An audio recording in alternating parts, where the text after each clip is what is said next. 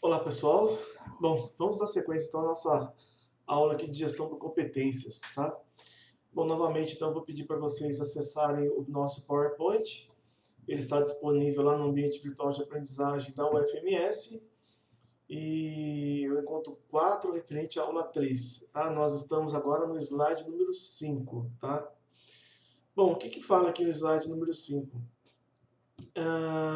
Esse slide aqui nós remetemos à nossa primeira aula, nosso primeiro encontro presencial, que foi exatamente tentar estabelecer essa diferença entre gestão de pessoas e recursos humanos, não apenas nos elementos ali ah, conceituais, mas também nos elementos ontológicos, no entendimento metodológico, no entendimento da concepção da natureza humana, dentre outros aspectos paradigmáticos também. Então a gente percebe que existe uma diferença entre gestão de pessoas, né, você colocar o indivíduo no centro do processo organizacional, e administração de recursos humanos, que nós dividimos em duas perspectivas, né? Ou pelo menos em duas formas de analisar. A primeira forma de analisar é a pessoa enquanto um recurso, né? Que ser humano é esse, que pessoa é essa, que se trata de um recurso, dentro dessa perspectiva das empresas, das organizações como um todo, e também a administração de recursos humanos enquanto processos administrativos típicos da área de recursos humanos, né? Então nós dividimos essa discussão em três âmbitos, em três aspectos distintos, né? Quais sejam então a gestão de pessoas, em uma abordagem mais ideológica, recursos humanos, também uma abordagem ideológica enquanto pessoas, enquanto recursos, e administração de RH, uma abordagem administrativa, tá?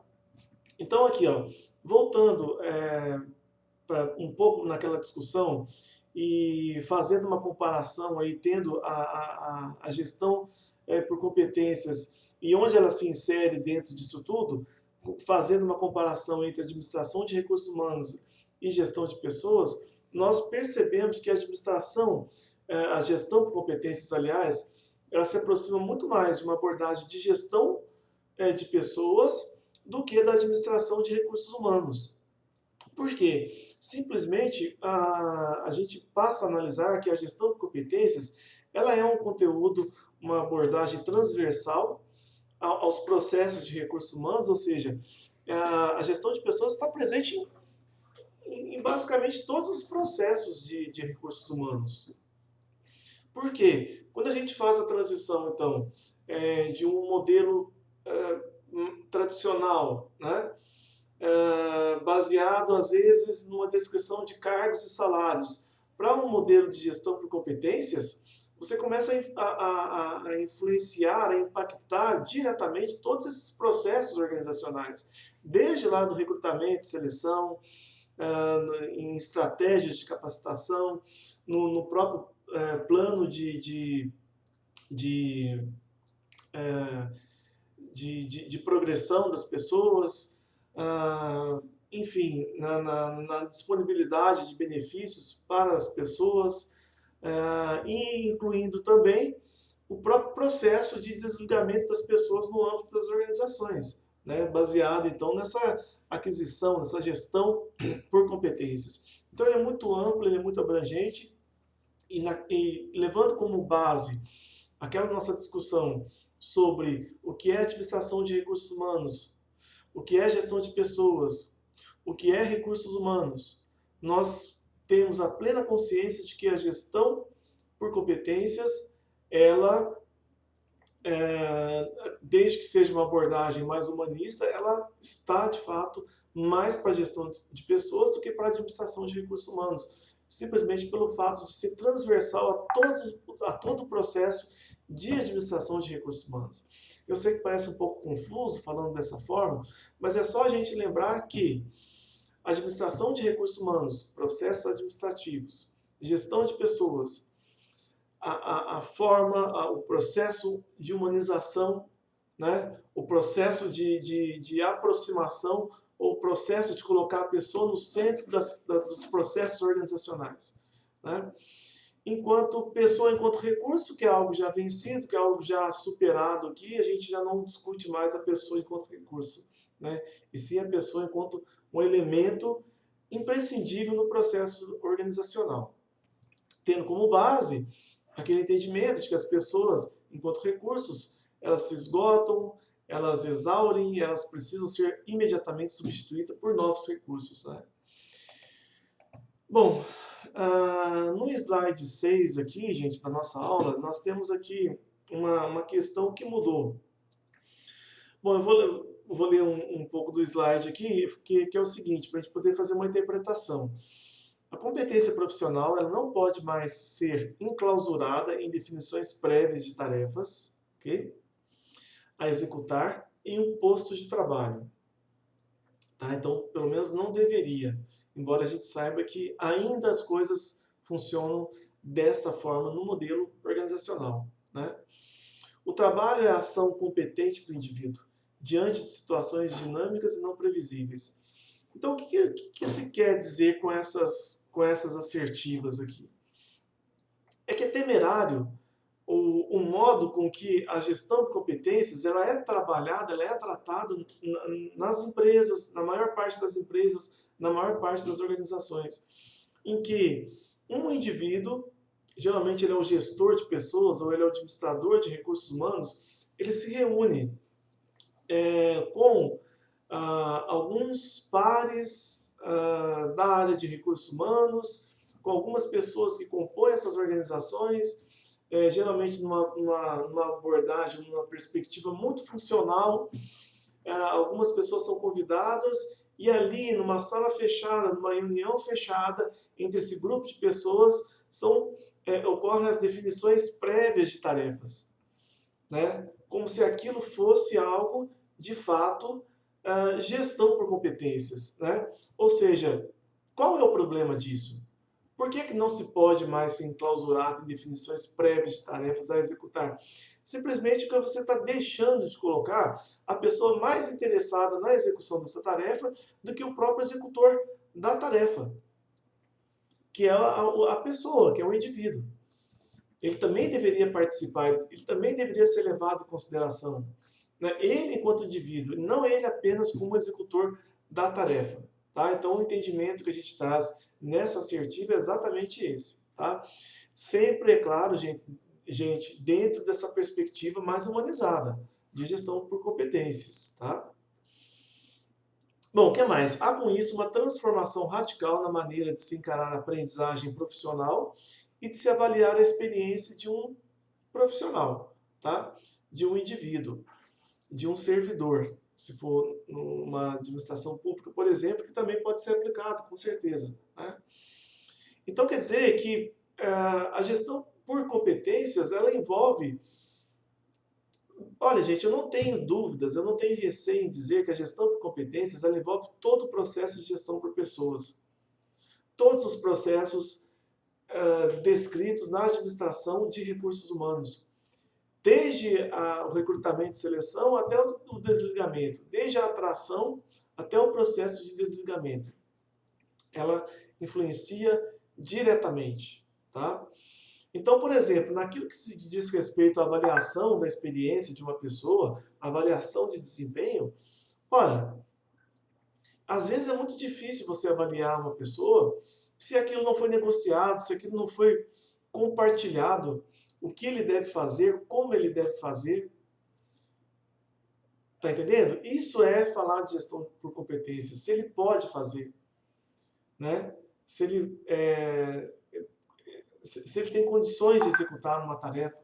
Se a gente parte exatamente do seu ponto de vista, das suas capacidades, né? Se isso for determinado numa sala fechada, e eu simplesmente elaboro ali um formulário de avaliação de desempenho e falo que ela vai ser avaliada dentro daquele contexto, daquela perspectiva limitada, eu não tenho dúvidas também de que a avaliação de desempenho ela não vai funcionar, assim como não funciona. Na grande parte das organizações, a avaliação de desempenho ela não funciona muito bem. Porque sempre existe um grupo de pessoas que determinou de forma enclausurada, né, quais tarefas deveriam ser executadas por aquele indivíduo. Bom, no slide 7 nós temos aqui algumas competências. Em verdade, nós não temos as competências, nós temos aqui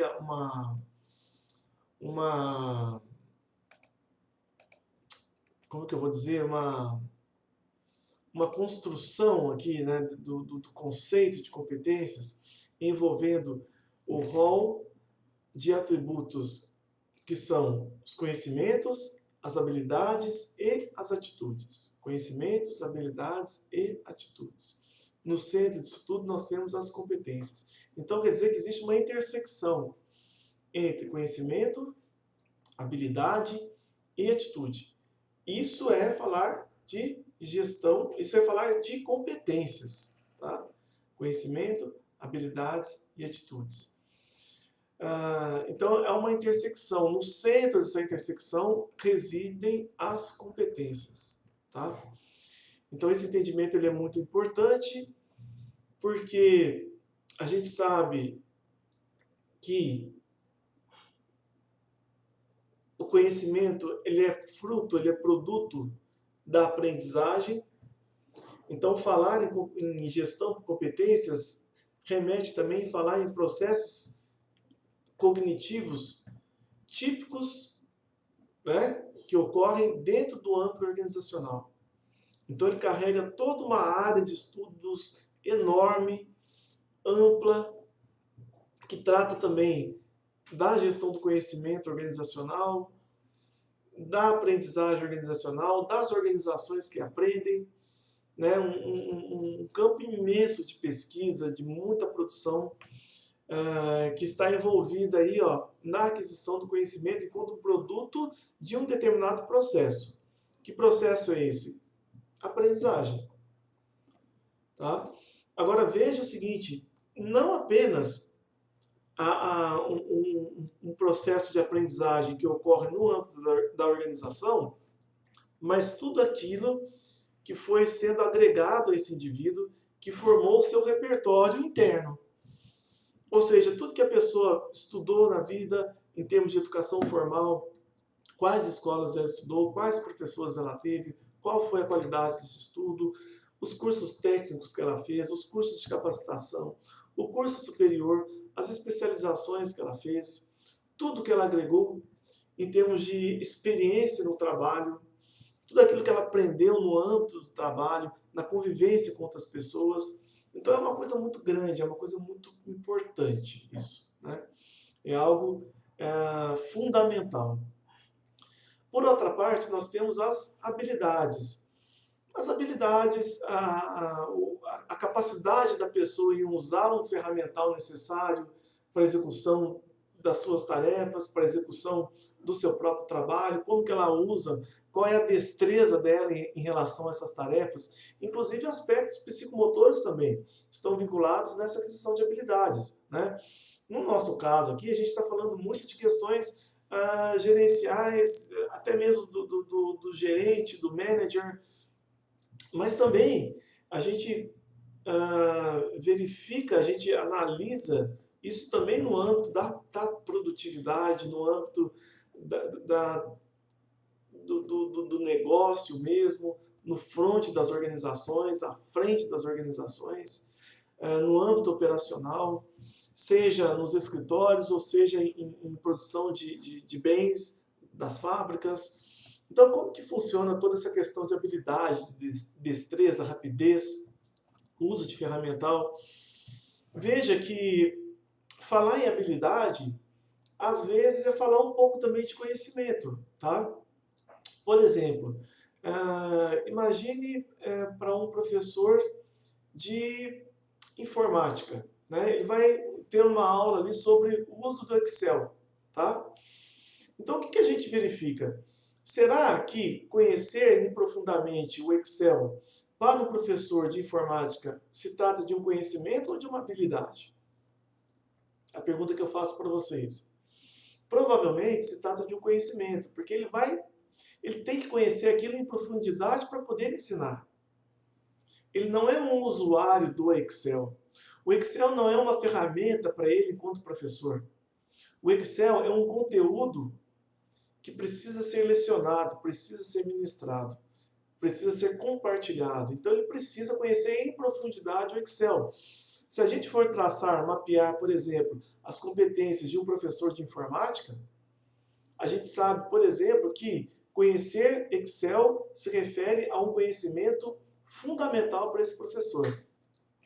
Agora, vamos dizer o seguinte, olha, para uma pessoa, um auxiliar administrativo que trabalha com planilhas dentro lá da sua empresa, dentro lá do seu departamento, tá?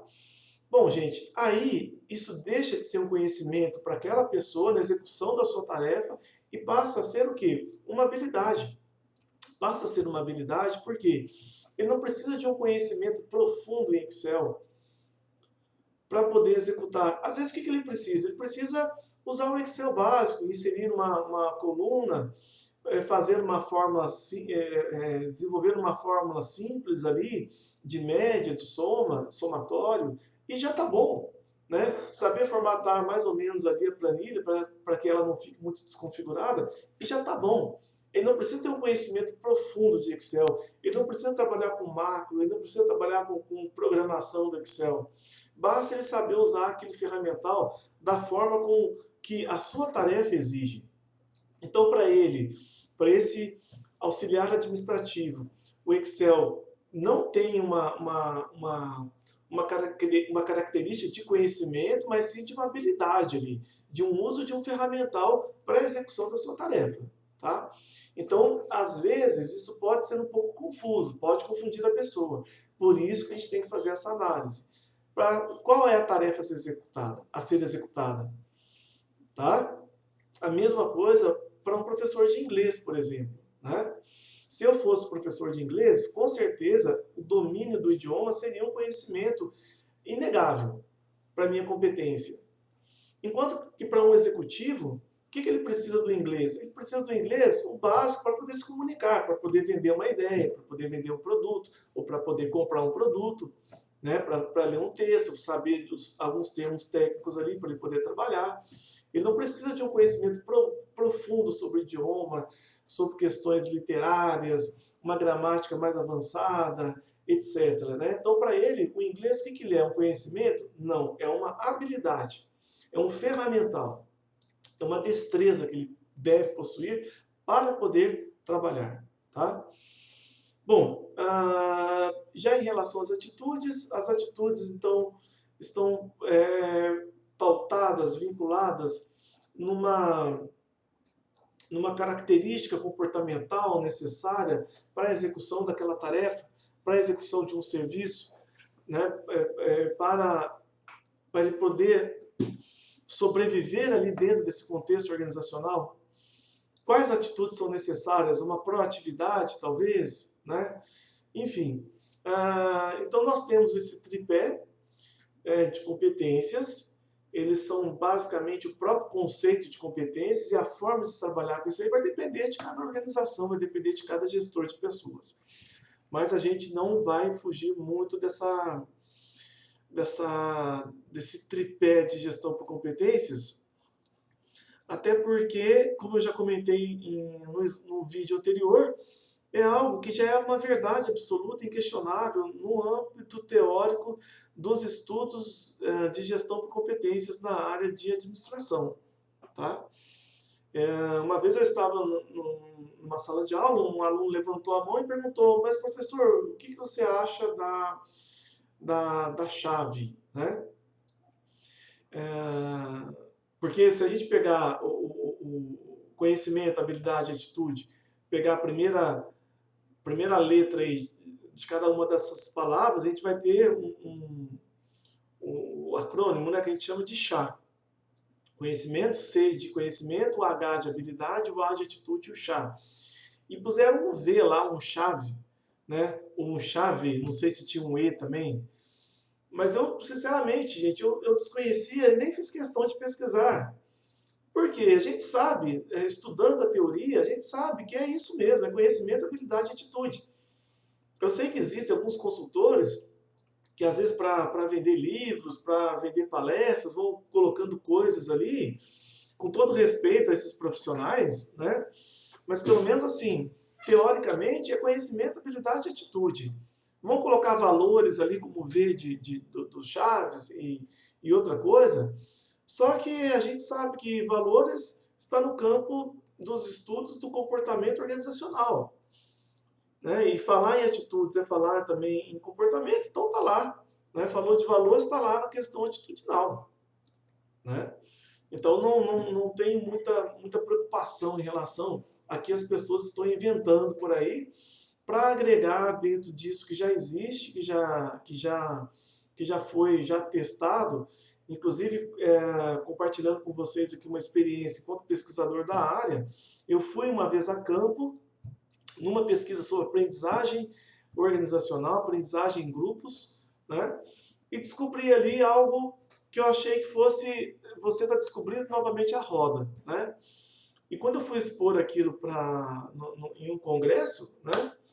A pessoa falou assim para mim, mas isso aí, meu amigo, é conhecimento, habilidade e atitude. Você está usando outra terminologia, né? Mas no fundo é exatamente conhecimento, habilidade e atitude. E eu tive que concordar. Inclusive eu fiquei bastante feliz por ter encontrado exatamente isso no campo de estudo em aprendizagem organizacional e saber que embora as pessoas, quando você vai pesquisar as pessoas, entrevistar as pessoas, elas falem não exatamente sobre conhecimento, habilidade e atitude, porque são termos técnicos, né? E elas vão usar outras terminologias para exatamente explicar esse tripé, né? de atributos que são necessários para se trabalhar com gestão de competências. Tá? Bom, gente, vamos ver quanto tempo eu já estou aqui com vocês. Já estou indo para 22 minutos. Bom, eu acho que caberia a gente falar um pouquinho ainda sobre esse slide aqui, que é o 8º slide da nossa aula, que ele traz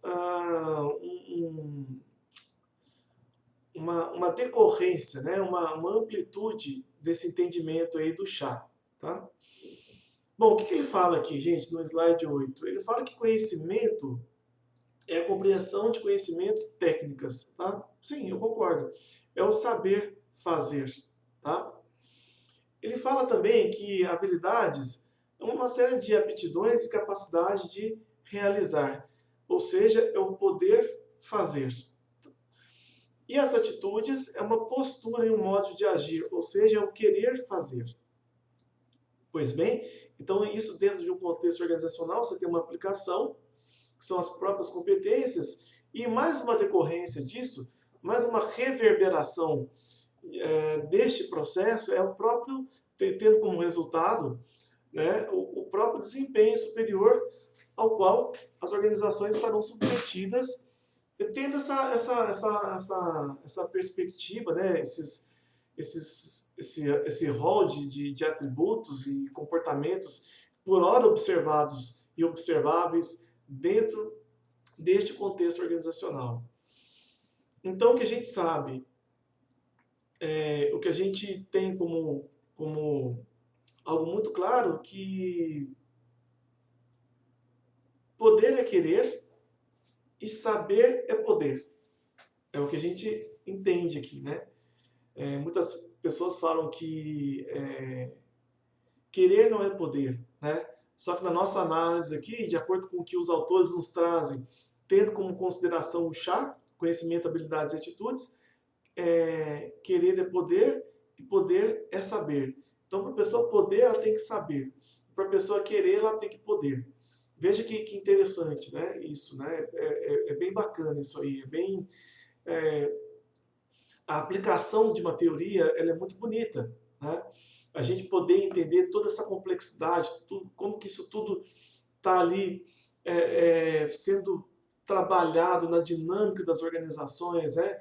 E o quanto esse entendimento, gente, ele é importante para o gestor de pessoas, para ele ter certeza absoluta do seu papel dentro desse contexto organizacional e do poder das pessoas quando elas são submetidas ou quando elas têm uma oportunidade de serem submetidas a um conhecimento superior, a uma capacitação superior, quando aquilo que elas trazem enquanto repertório interno é valorizado no contexto dessa organização. Tá? Isso me faz lembrar diversas teorias bastante antigas da área, da área da teoria das organizações, por exemplo, aquelas teorias comportamentais, aquelas teorias motivacionais do Maslow, do McGregor, do Herzberg. Isso tudo faz muito sentido quando a gente pega essas outras teorias mais recentes da área da administração, né? Especialmente da área do comportamento organizacional. Isso tudo faz muito sentido e eram coisas que já eram faladas, embora de um outro modo e não tão profundo, 50 anos atrás, 60 anos atrás. Logo ali, após a Revolução Industrial, quando Elton Mayo trouxe ali a teoria das relações humanas, né, que depois veio se desdobrar na teoria dos comportamentos humanos, já estava implícito ali alguma coisa ao qual a gente não entendia muito bem, os teóricos da época não entendiam muito bem, mas já estava implícito essa questão toda que hoje ela vem à tona e fica muito claro para a gente. Né? Então, como é bacana o conhecimento, como é bacana a gente ter acesso a esse entendimento e saber aplicar isso dentro de um contexto organizacional a favor das organizações, a favor desse desempenho superior, dessa competitividade necessária. Veja que, para ser competitivo no âmbito das organizações, a gente não tem que dar um destino mecanicista e bancário para a pessoa. Né? Uma coisa não remete à outra. Pelo contrário, todas as pesquisas em administração, em comportamento organizacional, elas são unânimes em que, para que o desempenho seja superior, para que as organizações sejam mais competitivas, né, sejam mais atentas à complexidade do ambiente, o conhecimento ele é um fator imprescindível. O compartilhamento do conhecimento, a formação de competências, né, e você colocar o indivíduo como elemento central dentro dessa complexidade organizacional é um investimento muito interessante que as organizações às vezes perdem a oportunidade de fazer por ainda estarem muito atreladas, agarradas à perspectiva mais pragmática da administração, né? Não que o pragmatismo tenha problema em relação a isso, mas às vezes a pessoa deixa de ver outras alternativas, outras possibilidades, outras formas de se trabalhar com as pessoas, até porque às vezes uma liderança mais autocrática, menos democrática, ela é mais fácil também, né? Você está numa sala fechada com algumas pessoas, com meia dúzia de pessoas, determinando ali o que centenas de pessoas deverão executar. E aí você medir de acordo apenas com a sua visão restrita e única sobre o enriquecimento de tarefas, sobre as N possibilidades de se melhorar um contexto ali de trabalho, né? Então, é por isso que nós acreditamos nessa abordagem mais humanista e nós defendemos essa bandeira aí, tá, pessoal?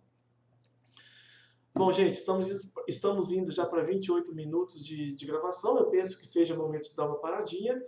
Vou fazer o upload do vídeo e vou continuar com as nossas aulas aí no período da tarde, tá? Embora vocês poderão acessar isso a qualquer momento, que estará disponível no YouTube. Ok? Até logo, então. Tchau, tchau.